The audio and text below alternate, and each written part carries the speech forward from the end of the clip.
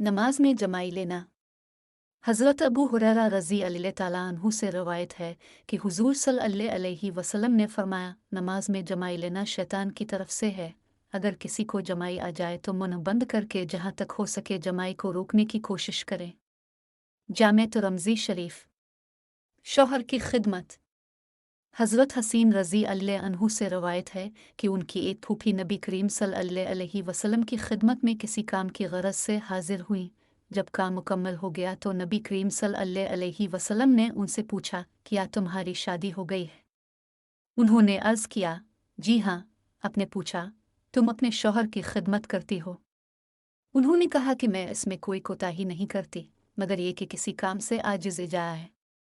नबी करीम ने फरमाया, इस चीज़ का ख्याल रखना कि वो शौहर तुम्हारी जन्नत भी है और जहन्नम भी है।